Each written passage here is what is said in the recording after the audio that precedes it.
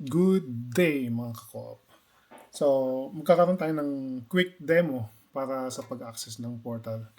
Mayroon kaming na-post sa aming Facebook pages na step by step. So, meron tayong 4 steps ng how to access your account. So, first step, pumunta sa website, i-type yung coopnds.com. Then number 2, i-click yung check my account. Then number 3, ilagay yung account number at password. Kapag first time nyo mag-access ng portal, ang default password nyo is yung last 4 digit, huling 4 na numero ng account mo. Last 4 digit of your account. Then pag nagkaroon ka ng error, ulitin lang yun, ilagay lang yung account number, then i-click yung forgot password. Padadalhan ka ng OTP via SMS.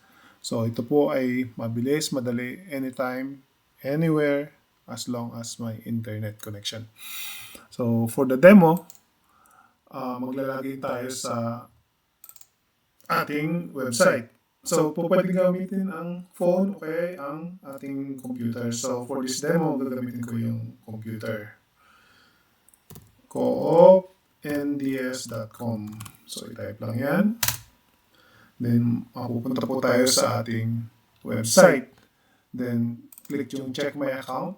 So dito na yon, yung step number 3, ilalagay yan yung account number at saka yung password. So for this demo, ilalagay ko lang yung, ang account number ko is ACC-03475. Yan yung account number ko. In-improve namin ito para mas madali mag-type kasi kung minsan nakakainis na itatype pa ito. ACC, capital ba yan o small letter ba yan? So tinanggalan namin yan. Ang itatype na lang yung number. Then yung last 4 digit of your accounts, kung first nyo siyang i-login is ito yung password nyo. Ngayon, kung nakapag-login na kayo before at kalimutan nyo yung inyong password, i-forgot password nyo lang. Pagka i-forgot password nyo yan, itatype nyo yung account number nyo ulit, 3475, then i-click nyo yan, send OTP. May ma-receive kayong text message sa inyong phone, then susundan nyo lang yung instruction na lalabas dito. May mga lalabas dito, then susundan nyo yung instruction.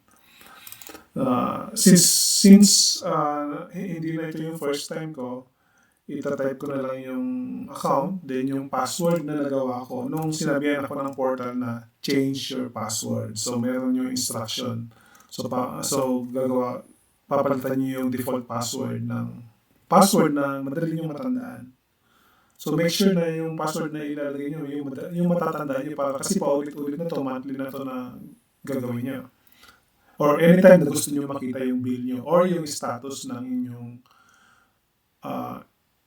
subscription. So, sa akin, yun yung password ko. Then, ito na yun. Pagka nakalagin kayo na pasok nyo, makikita nyo dito yung outstanding balance. So, itong test central namin, may outstanding balance na 1,000. So, meron siyang unpaid invoice, isa. Kung halimbawa, may mga utang kayo dati, maaaring 2, 3, hahaba ito. Then, scroll down nyo, makikita nyo yung status ng account nyo. Ito yung sinasabi ko, active. Pagka hindi kayo nakapagbayad at na-auto-disconnect kayo, makikita nyo dito suspended. So, pwede nyo silipin.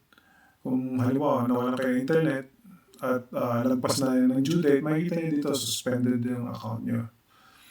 Then, kailangan lang bayaran at ma-update namin at ma-reactivate, ma-reconnect. So, dito rin makikita nyo yung invoice history. Halimbawa, ilang months nang tumatakbo itong ating portal, hahaba ito. Every month, mayroong madadagdag dito na invoices kung paid siya, unpaid siya.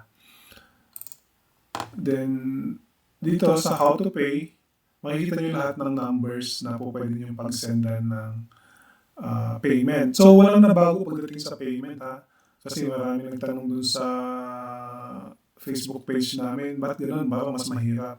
So, pagdating sa payment, walang nagbago. So, gano'n pa rin, send nyo sa amin yung screenshot, i-PM nyo, then i-encode namin dito sa aming portal para ma-update yung record. So, meron dito yung Maya, sa mga nagbabayad ng Maya. So, same numbers. Wala na bago sa mga numbers, wala pa nadagdag. Pero kung halimbawa may madagdag mga number, lalabas din dito. Meron din bank sa mga gustong magbayad, bank transfer na lang, then cash payment. So, yan. Yung support, wala mo nang gamit ito for future use ito. So, inahanda namin na lahat ng issues dito na rin sa susunod. Pero sa ngayon, yung munang mas popular na method natin na yung Facebook Messenger. Okay? Ngayon, subukan kong bayaran yung aking account. Ano bang makikita ko? Halimbawa, binayaran ko yung bill ng Test Central. So, ano ba yung makikita ko ngayon sa aking portal? So, babayaran ko siya. Ngayon, na-receive ng aming accounting yung payment. I-encode ng accounting yung payment ni Test Central. Tapos, ano ba yung makikita ko pagka na-encode ko na? So, ito. So, saglit lang at ipipay ko siya. I-encode ko yung payment. Okay. Pay. Record payment. Okay. Let's say GCash. Or cash na lang, cash. Record payment. So, yan. Nakapagbayad ako. So, next na login ko dyan, makikita ko dyan, account status ko is current. You're all caught up. So, wala na yung balance, di ba? So, real time yan. Basta, nasend nyo sa amin yung proof of payment, na-encode namin sa portal, then automatic magkakaroon siya ng account status, account current. So, wala na akong balance eh. So, next generation ng invoice ulit is sa June 22 na. So, sa June 22, ma-update ulit yung aking client portal. Then, makikita ko naman kung magkano yung babayaran ko. So, yun po. Salamat po ng marami. Gamitin po natin ito. Dahil ito na po yung mas mabilis na paraan kaysa yung magdidistribute pa tayo ng papel. At nakakatulong din tayo ng environment dahil alam naman natin yung papel ay gawa sa mga kahoy na pinuputol sa kalikasan.